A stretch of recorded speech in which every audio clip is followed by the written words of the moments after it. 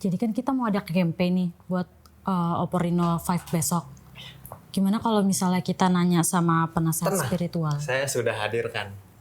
Ini paling top chair. Segala macam pemilihan RT, RW sampai camat dia udah bisa suksesin. Jadi dia bisa naikin penjualan kita? Dia tahu caranya gimana menaklukkan hati masyarakat.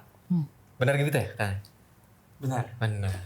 Produknya namanya Oppo Reno 5. Jadi Oppo Reno 5 ini tuh keahliannya, kecanggihannya adalah dual view video. Jadi kan anak zaman sekarang suka vlogging, tapi kayak mereka juga bisa lihat depannya. Jadi orang yang nonton bisa lihat mereka, bisa lihat belakangnya. Oh, nah menurut Tetap eksistensi kan penting. kayak jadi lu bisa lihat apa yang terjadi di depan dan juga apa yang terjadi di belakang. Lu bisa lihat gua dan apa yang gua lihat. Kayak gimana ngaitinya untuk masa depan? siapa yang ditonton dan apa yang ditonton. Iya. Wah, ini menarik sekali nih. Nah, dari segi primbon dan horoskop, Primbon ya. ini peruntungannya gimana nih produknya nih?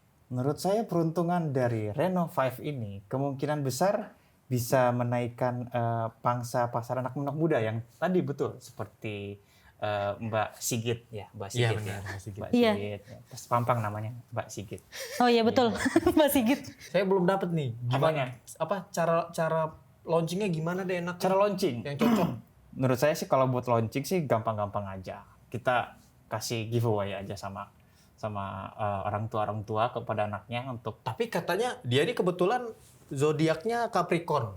Katanya jangan dikasih-kasih gitu aja. Nggak cocok kalau Capricorn. Nggak cocok. Jadi kalau misalkan yang mau punya itu harus ganti zodiak dulu. Harus ganti zodiak. Saya Capricorn lagi. Saya ganti zodiak dulu. Iya, harus ganti zodiak, nggak bisa. Oke, Pak. Kalau punya Reno 5 ini harus Ya udah deh, Sio aja deh, Sio. Sio yang bagus untuk pemilik Reno 5 ini. Udah mulai ngarang banget nih.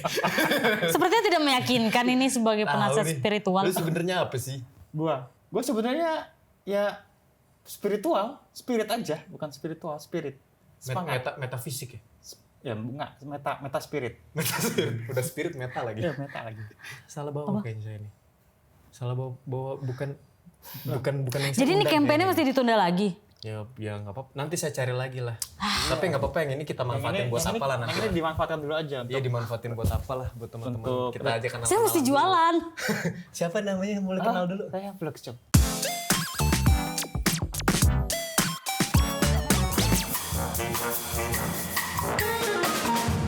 Selamat datang di Ngabuburit at Home bareng saya Lydia. Dan saya Reje. Dan kita sudah kedatangan. Sigit.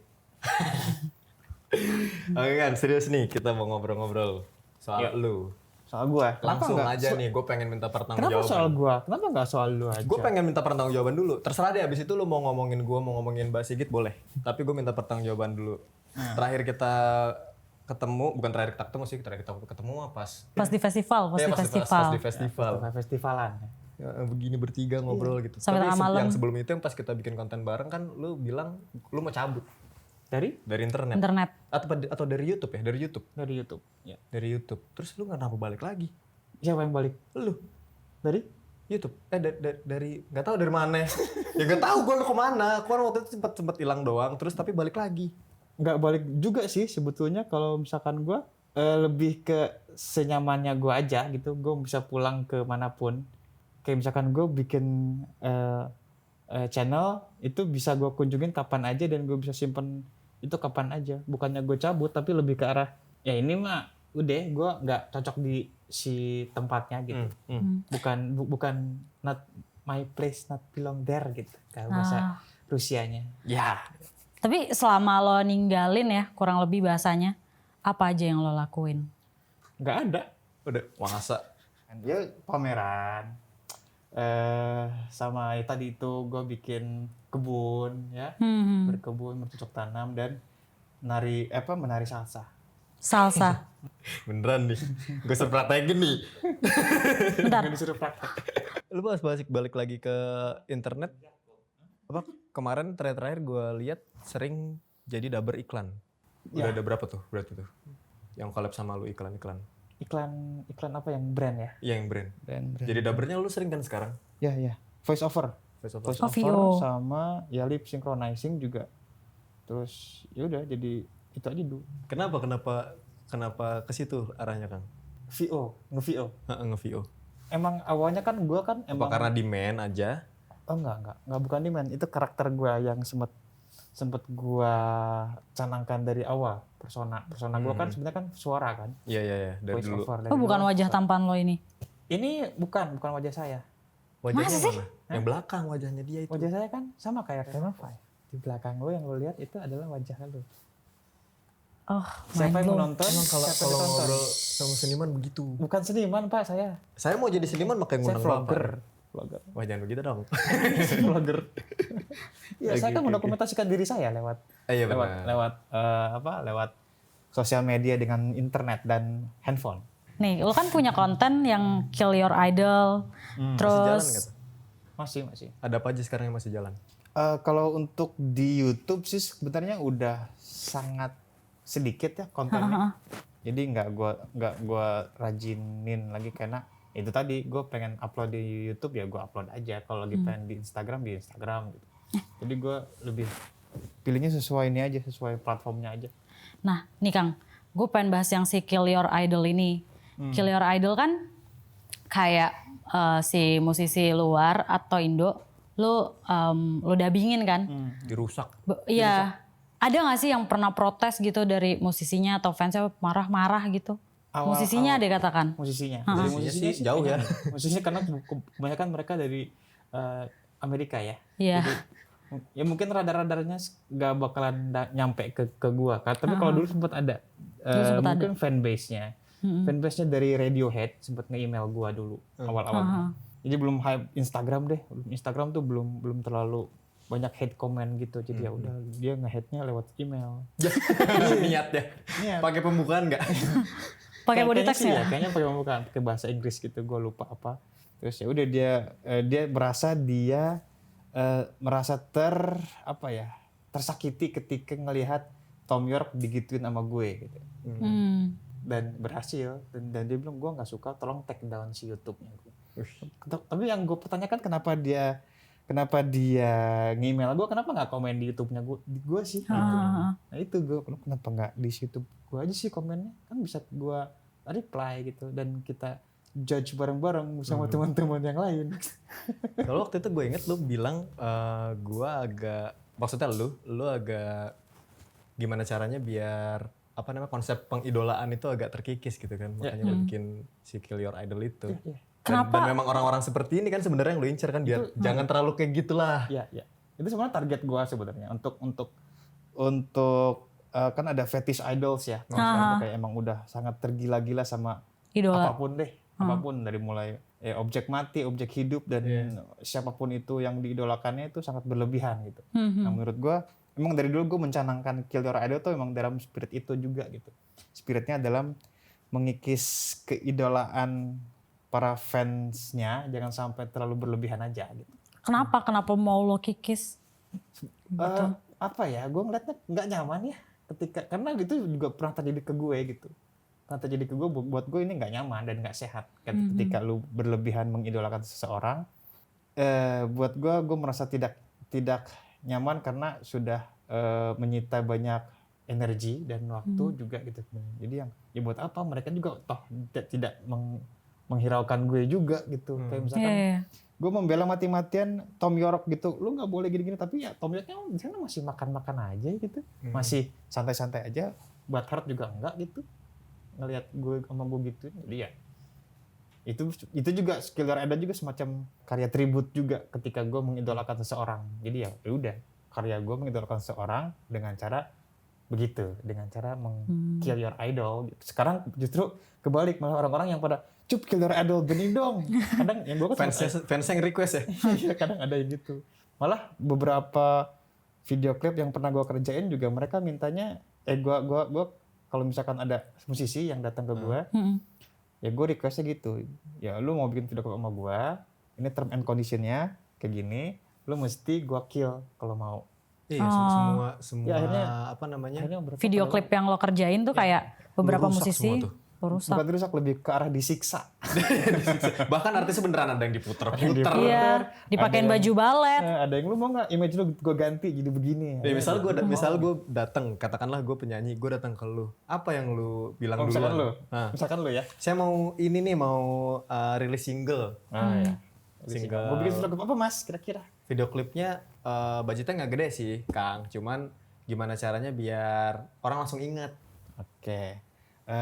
Mas musiknya apa nih kira-kira? Musik saya pop-pop aja. Pop ya. Pop aja. Biasanya gue ngebedah dulu liriknya nih. Tentang apa? Liriknya itu soal kelelahan, istirahat. Exhausted. Kayak zaman sekarang kan semua itu istirahat. Oh lelah ya. Lelah hidup. Lelah gitu ya. Ya lelah. Kayak menuju Gimana caranya biar orang tuh pencerahan pengen gitu istirahat? Iya. dia Sudah waktunya santai lu tidur. depan lampu syuting gitu ya. Iya, boleh lah. Gue liatnya syuting bukan senja soalnya. Nah, terus yang lu kasih tahu tadi bilang kayak terms and condition gue tuh kayak gini ya gitu. Itu tuh apa yang harus gue Ya itu kalau misalkan yang mau lakukan itu, taruhlah lu udah terkenal banget nih. Oke, gue bakal bikin lu saat kelelahan, tapi lu bakal gue suruh lari pagi dari pagi sampai siang. biar beneran lelah. Beneran lah. Habis itu lu nyanyi di situ. Gue pasti nanya kan kayak ya kenapa kan itu bisa acting kan? Ya enggak dapet, gak akan dapet. Lu mau acting pura-pura lelah gitu kayak enggak deh. Karena gue itu kejadian sama yang pernah gue kerjain, itu ada beberapa shot yang gue ambil justru tag terakhir gitu. Tag terakhir yang gue ambil karena udah terlihat malas dan udah terlihat amarah dan itu udah keluar. dapet tuh justru Dapet mimik itu, mukanya. mesti udah. Gue pakein terakhir aja udah. Habis itu udah. Karena emang gak bakalan dapet ketika lu acting tapi trying so hard to be lelah gitu. Gak akan dapet. Jadi ya udah, lu bakal gue suruh lari dari jam 8 pagi sampai jam 12 deh. Ya udah lari. Udah. Itu paling gue bakal bikin lu gue rekam tapi nggak gue rekam. Tuk terus. Setelah lu ada di tempat syuting, lu paling gue suruh nyanyi dong yang tadi. Terus lu lari, udah lu nyanyi situ. Mungkin gitu sih, yang kebayang gue kayak gitu sih. Nah nih gue mau ada pertanyaan nih Kak, Kang. Jadi kayak konsep yang tadi lo ceritain tuh nggak bagus. Terus lo juga sering ngerjain video klip artis. Kan pasti lo ngasih konsepnya dulu tuh. Pernah gak sih lo ngasih konsep nih, ada katakan musisi datang ke lo, Kang Fluxup bikinin saya musik video dong, konsepnya dulu idenya. Lo udah kasih, tahu-tahu nggak jadi gitu. Terus tapi ternyata apa ya, katakan ya dipakai gitu. Beberapa lu pernah nggak ngalamin kayak gitu? Oh pernah? Oh, udah. Ini keberapa kali? Ada yang berani gituin lo? Ada. Oh, Ada. Gue sempat ngebahas ini di vlognya, di interviewnya seseorang lah. Seseorang lah ya. Hahaha. Itu juga sempat gue breakdown. Cuman gue tetap merahasiakan siapa orang yang melakukannya, karena gue juga ya buat gue itu biar gue hadapi sendiri sih. Kayak gue tahu gue orangnya ini dan gue hadapi sendiri dan udah selesai juga gitu. Dan itu pernah sering banget kejadian.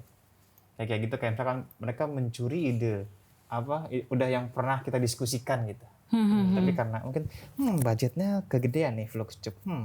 Video klip jelek tapi kok gede banget nih jelek. Itu juga jadi bikin penasaran sih. Ada nggak sih yang ngira kayak apa namanya? Wah ini karena kelihatannya sembarangan nih, mungkin bikinnya gampang dan ya udah murah aja gitu. Ada yang datang ke lu kayak gitu. Datang ya karena mereka ngelihatnya video klip yang gue buat tuh kan sangat kitsch ya, apa ya istilahnya kayak DIY kitsch banget gitu. Kayak jelek gitu, ini apaan sih klip kok gini banget. Tapi untuk mencapai ke situ tuh sebenarnya dalam gue belajar seni rupa dan belajar sinematografi juga, tapi ya gue entah kenapa estetika gue tuh ke arah yang situ gitu, ke arah-arah yang emang kitsch dan rada-rada jelek dan rada-rada emang anti estetik aja gitu. Kalau misalnya lo diminta nge-breakdown gitu, yang bikin karya lo itu karyanya Fluxup tuh apa sih? Diminta harus apa misalnya kayak di sini nih sekarang breakdown. Yang nggak usah. Di sini aja. Di sini aja. Jangan di breakdown sekarang, panjang pasti. Maksudnya kayak kalau misalnya video ini nih bisa dibilang video Fluxup kalau ada ini. Untuk karakter kali ya. Iya, karakter video yang gue buat kali ya biasanya. Tetap kayak tadi itu yang gue bilang kalau tidak selamanya ada dubbing, tidak selamanya ada ada video. ya.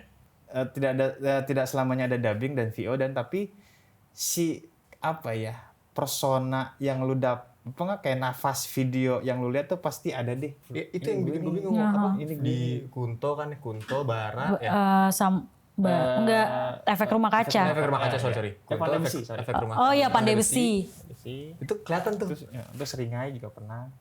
Iya itu ya emang maksudnya ke situ gitu. Gue nabung estetika tuh di situ. Pernah gue nabung pemahaman estetika Ciri lo gitu. Di situ. Gue tabung akhirnya jadi yang ya begitu aja udah. Nah, ntar Kang, gue mau rada mundur lagi ke pertanyaan tadi. Enggak, lu nggak harus mundur. Kan tadi kan lu Karena mundur dia. sempat kasih tahu dikit kalau misalnya lu pernah dan bahkan mungkin sering ya kejadian Nggak sering soal lah. ide lu dipakai gitu. aja sih. Ketika lu udah ngasih, pasti kan lu belajar tuh supaya tidak terjadi lagi. Nah, lu punya tips nggak? Agar tidak terjadi lagi. Hal-hal seperti yang tidak kita inginkan. Sebenarnya kita harus tahu dulu ya kita berhadapan dengan siapa gitu. Kayak misalkan kalau sama teman ya yang minta teman ya udah berarti harga teman. Tapi buat gue itu nggak asik. Buat gue harga teman tuh nggak asik. Jadi yang ketika udah kan mereka tahu karya gue kan. Karya gue tuh begini dan tahapan gue menuju ke sini tuh juga nggak dengan waktu yang singkat gitu. Untuk menjadi seperti gue tuh juga nggak terlalu singkat. Dan mereka juga sebenarnya dengan harga teman tuh berarti harusnya bisa mahal dong. Kayak misalkan, oke, harga teman lah ya. Oke, kalau gitu harga teman gue mahalin deh. Karena dia tahu kalau lu teman gue, lu tahu Prosesnya track record gimana? gue, prosesnya gue kapan, dari kecil ngapain aja gitu. Dari SD gue, ya maksudnya Nilai teman SD matematika gitu gue kan. berapa? Ya teman SD gue taunya, wah gue itu kalkulasi aja nih harga teman segini. Oke, dari SD lu sempet ya, berapa tahun, terus gue hitung, oke harga temennya segini. Bisa gitu. Itu beneran dipraktekin nggak? Kalau temen kalau malah makin mahal? Sebenarnya gue singgung kayak gitu, cuman ya pada nggak mau lah. Iya lah. Pada mana mau kayak gini doang ya lu kenapa pesan sama gue kalau mau gini doang. Tapi Bikin sendiri. ngomongin sendiri. curi mencuri, lu sendiri kan juga pernah nyuri karya. Sering. Batman lu curi, Iya. Ya, sering. karya aku lu curi. Nah, ini tekniknya hampir sama kayak apropriasi dalam kalau misalkan kesenian dan apropriasi dan parodi. Di ranah seni kontemporer itu tuh udah sangat lazim sekali found object. Jadi yang objek-objek temuan yang kita temui sehari-hari itu bisa kita reka ulang dan kita manipulasi ulang gitu. Kayak kita reka ulang lagi, kayak misalkan kita tahu ada objek ini, oke, kayaknya ini bakal gue giniin. Kayak misalkan ada ini nih, apa sih namanya nih? Mik. Bukan ini begini. Yang pernah lu bikin deh, misalnya yang biar Sebagai contoh kasus itu aja deh. apa tuh? Tanaman. Ini nih. Ya udah deh. Apaan nih juga gue nggak tahu. Toples. Ini ya, itu Toples lah. Toples objek temuan. Oke, ini bisa gue karyakan, gue gambar-gambar, terus gue jadi instalasi, terus dirombak lagi apanya, gagangnya gue panjangin, gue pamerin, dan ini jadi karya baru. Iya. Karena pengertiannya udah beda. Pemahaman karya yang disampaikan oleh si kreator pertama dengan kreator dan gue itu pasti bakal beda. Iya. Jadi pemahamannya double meaningnya emang udah bakal terdistorsi lagi gitu. Bakal ada distorsi pesan di sana.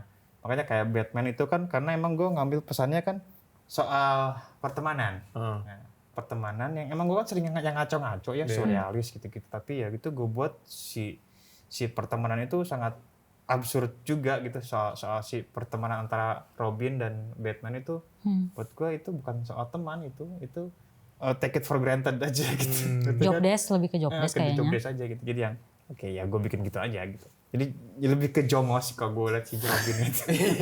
Oh, lu pengen ngasih lihat itunya tuh. Iya, gue sisi itunya ingin tuh bukan.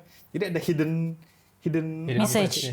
hidden script yang disembunyikan sama mereka gitu. Kayak lu Robin lu tuh jongos gitu. yang di dialog tuh nggak kelihatan. Nah, lu gimana cara biar keluar? Lu ganti tuh itunya. Ya gitu deh. Jadi gue sering mempermainkan pesan sebenarnya. Iya. Gue mendistorsi pesan dengan objek-objek temuan yang udah gue rombak dan gue kasih ke masyarakat dan tidak dimonetisasi. Iya. Video Video di gitu YouTube. emang nggak lu monetas ya, karena materialnya juga lu material temuan dari juga gitu. Dan misalkan ada orang yang klaim itu Korean, jadi ya udah sok aja. Wong viewsnya gede di gua, mereka juga masuk AdSense kan. ya gue bisa menyenangkan orang mereka juga. Bijaksana. Nggak bijak gue, goblok aja gue.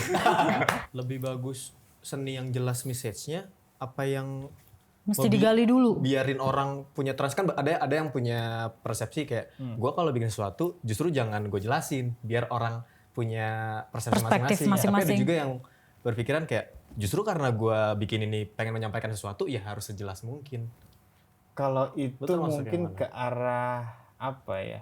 Kalau yang itu desainer sih kalau gue lihat. Kalau yang untuk menyampaikan pesan, karena kan tugasnya mereka ngedesain dan emang untuk mempublikasikan hal-hal yang pengen mereka sampaikan ke masyarakat. Agar masyarakat tahu nih, ini loh pesannya gitu. Nah kalau seniman ada pilihan-pilihan kayak gitu, cuman gue nggak termasuk orang yang mau menyampaikan pesan secara gamblang gitu. Gue lebih ke sublime, subliminal messages aja gitu. Jadi biar orang mikir gitu. Pesan-pesannya ada di gue.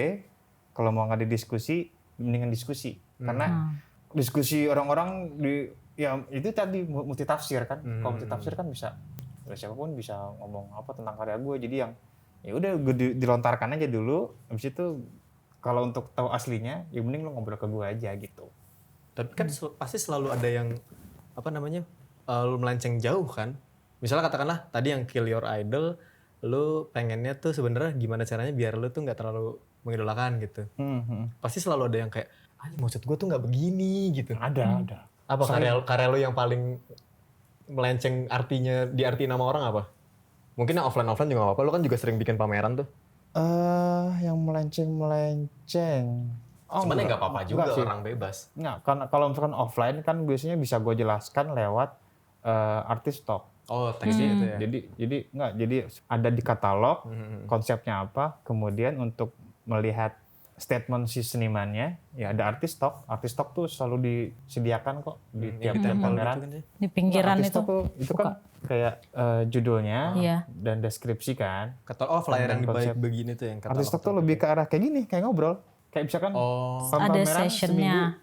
pameran seminggu, nanti hari kedua ada artis talk membahas soal ngomongin soal apa tadi barusan banget?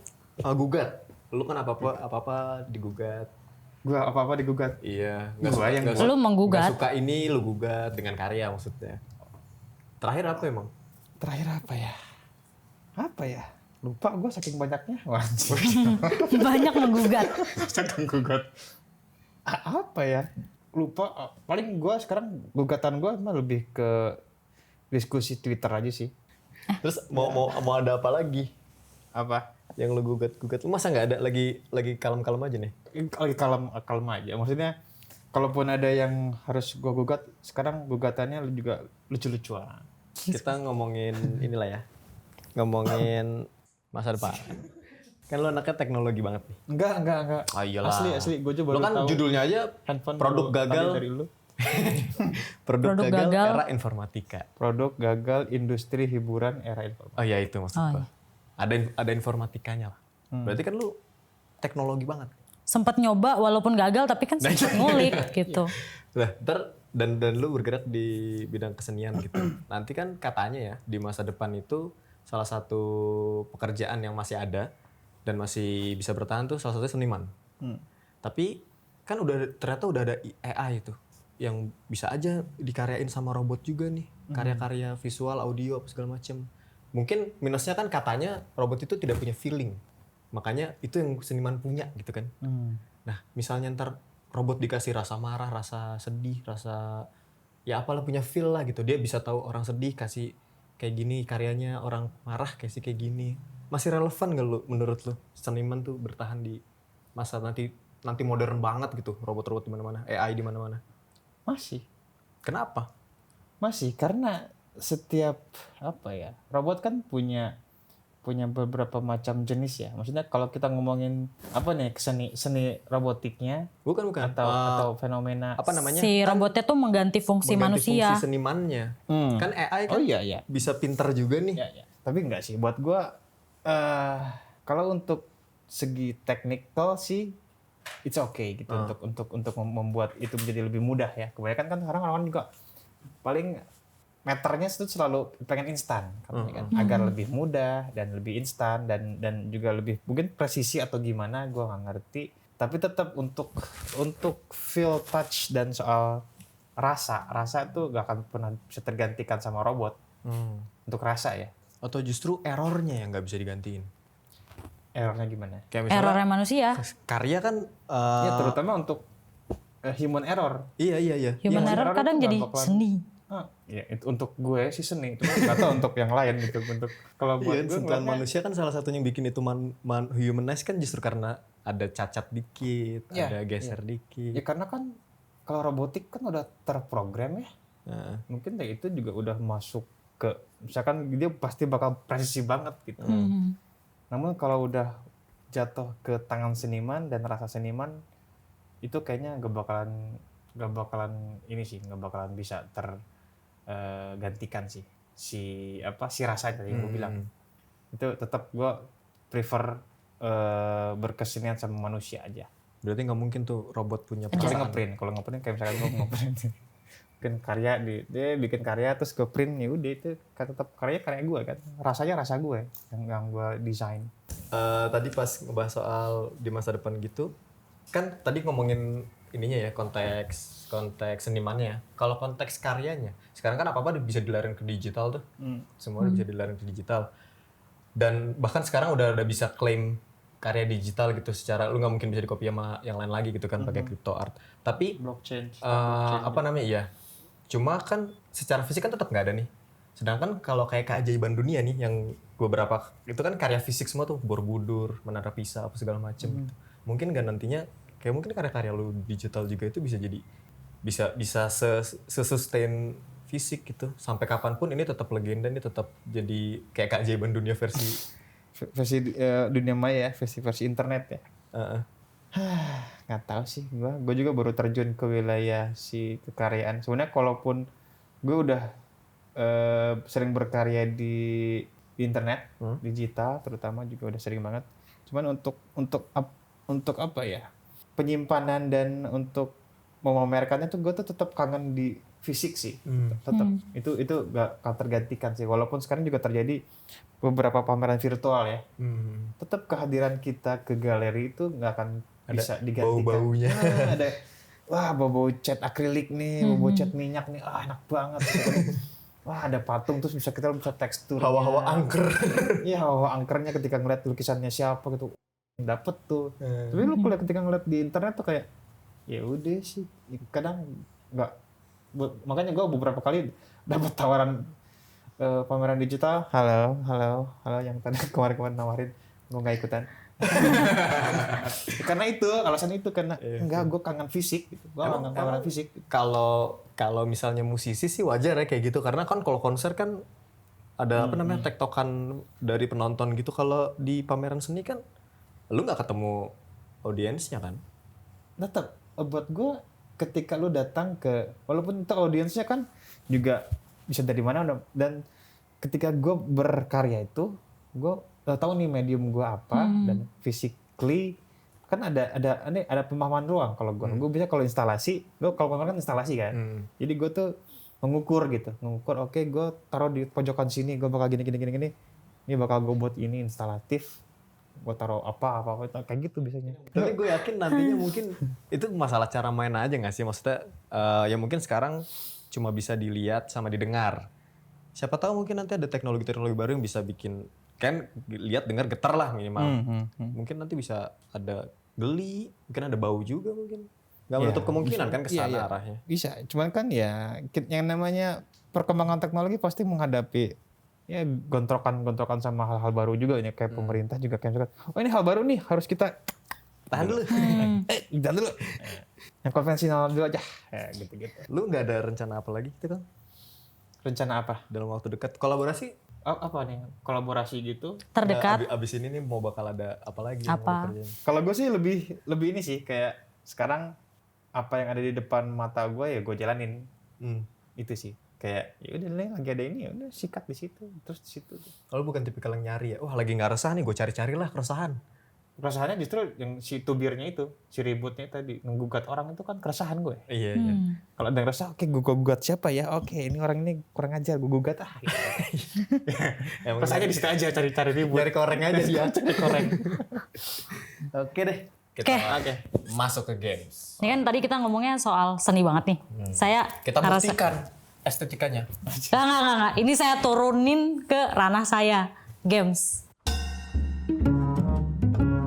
Jadi nanti kita bakal gamesnya blindfold photoshoot, di mana nanti gue akan kasih lo handphone Oppo Reno 5.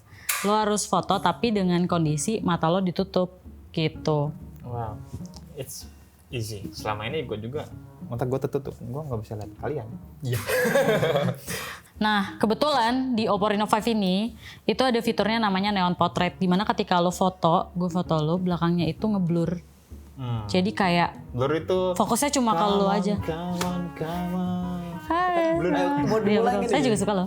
Mulai. Udah siap melawan dia deh. Saya Oke. buktikan saya lebih nyeni. Kita mulai ya. Pakai HP saya. Oke, jadi nanti kalian berdua ambil sesuatu di dalam ini, di dalam fishbowl ini. Terus itu adalah properti yang harus kalian gunakan selama blindfold photoshoot. Oke. Kayak gitu. Silahkan diambil. Siapa duluan? Sweet aja lah. Silahkan Pak Oh, Fluxup. saya.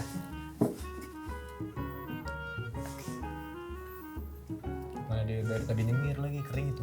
Kering ini belum puasa gini. Dapat apa? Itu dapat apa? Saya wig. Kacamata hitam. Oh curang banget ya. Dapat kacamata yang saya dapat wig hitam. Berarti yang mulai duluan adalah yang kalah. Silahkan. Yang menang. Sorry. Gue ngapain? Lu akan gue foto. Lo akan difoto. Jadi yang dinilai foto gue nanti ya.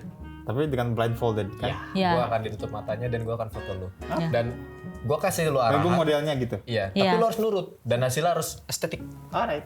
Lo harus nurut pose yang dia kasih. Lo nggak ngapain pakai ininya dulu? Nanti dong. Terus gue dipakai nggak kapan? Nanti. Kompas gue moto. Iya, pas lo moto lo harus Oke. ditutup. Sekarang models. Ya. Asik. Angkat dengkul sebelah kiri. Kompas sebelah kiri. Nah, kepalanya ke kiri Anda, senderin ke sofa. Ke kiri, senderin ke sofa. Kiri sambil ke sofa. Ke kiri Anda. Kiri saya. Anda, senderin ke sofa. Gini. Ya. Lalu tadi kaki mana yang sebelah? Yang gua angkat. Kiri. Berarti kaki kanannya dilipat ke kiri. Gini. Emang enak. Oke. Lalu tangan kanannya keriting. Keriting tuh gimana, Pak? Loh, Coba transferkan. keriting. Transfer. Gitu ya. ya. Sudah ya. Keriting tuh. Tar. Lalu tangan kirinya pegang Oppo. Mantap. Ya. Gimana ya? Ya, oke. Sudah ya. Sekarang saya mau minta ini brief yang paling sulit. Muka cemberut. Wah. Udah. Udah ya? Udah. Oke, 1 2 3. Sekarang agak dangak dikit. Apa kepalanya atau keritingnya? Waduh. Keritingnya udah jadi kribo belum ini? Udah krit. Ya boleh. Udah. 1 2 3. Sekarang saya butuh mata genit. Ini posisinya masih begini ya? Oh, posisinya ganti. Oke. Sekarang dia masih di situ nggak sih? Masih. Ada suka nipu nih dia nih. Sekarang dilipat tangannya kayak mau pulang sekolah. Hah? Dilipat Oh tangannya. gini. Ya, Dilipat ya. dilipat tangannya. Lalu dimunculkan HP-nya. Dimunculkan kayak muncul gitu. Muncul. Ekspresi Marah. marah, boleh marah. Udah marah ini. Oke. Bagus pasti. Gimana Kak Fluxup, udah lumayan emosi? Bagus. Sudah. Silahkan dibalas. Oke. Mana? Oh pakai ini juga. Terus saya nggak usah pakai kacamata ya? Nah, sekarang pakai ini. Oh. Ya. Saya kayaknya nggak usah pakai ini juga udah ketutupan sih. Emang iya, Bang? Gue Daredevil kan. Mana Mas Ari? Ya. Gimana Mas Ari? Di sini. Mas Ari. Mas Ari gunakan ininya, gunakan properti. Sudah. Syutingnya sudah. Sudah. Oke, Mas Ari. Boleh angkat tangan kanannya. Ya, angkat tangannya.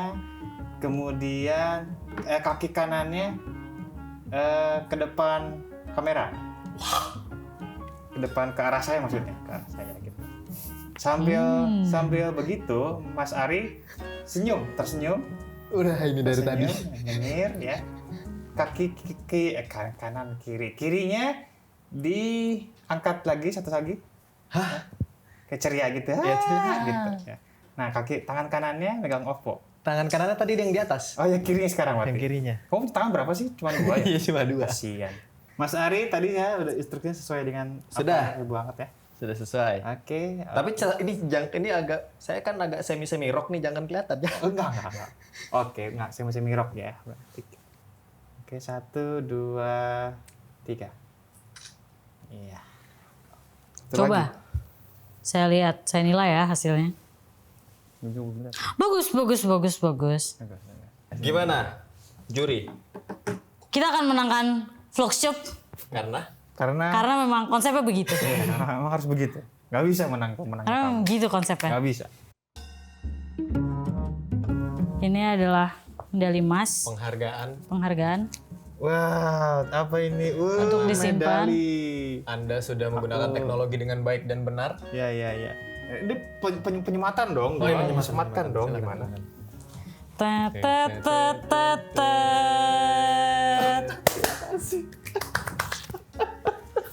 Terima kasih. Sama-sama. Belum puasa ini sungguh berkah sekali. Kebalik. Seandainya nggak punya uang boleh dijual emasnya. Bisa ya, emas ya. Berapa karat nih? Wow, gede banget. Terus ini ada kaos. Seandainya pengen ganti outfit, silakan pakai ini. Ya, pergi ke pasar naik kadal, beli kembang masih kuncup. Kalau nyari produk kadal, tonton aja kontennya Vlogshop. Nah, ini promo. Oke, Terima kasih loh ini. Terima kasih. Kang Vlogshop sudah Kang datang Vlogshop. sini bertamu. Ya. Saya juga terima kasih sudah banyak berdiskusi, Soal seni. tukar insight ya. Saya udah ngerasa seni sih. Soalnya Udah tercerahkan kan soal kesenian. saya udah banyak nggak pahamnya, jadi kayaknya saya udah seni banget. Soalnya udah sulit dipahami. Semakin tidak paham kamu semakin Seni. kesenian banget. Bener. Oke deh, kalau gitu kita pamit ya. Ya, Kita kalau akan udah mau ketemu lagi buka, di episode Oh iya. selanjutnya masih di Ngabuburit at home. Tada. Hai fans, apakah kalian mau ini? Kalian mau ini? Kalian mau ini? Pas banget karena ada promo kebersamaan baru di Ramadan. Ada banyak bundling produk baru yang kekinian buat kalian. Kalau kalian penasaran caranya gimana, langsung cek deskripsi di bawah. Dan sampai jumpa di episode selanjutnya. Bye-bye.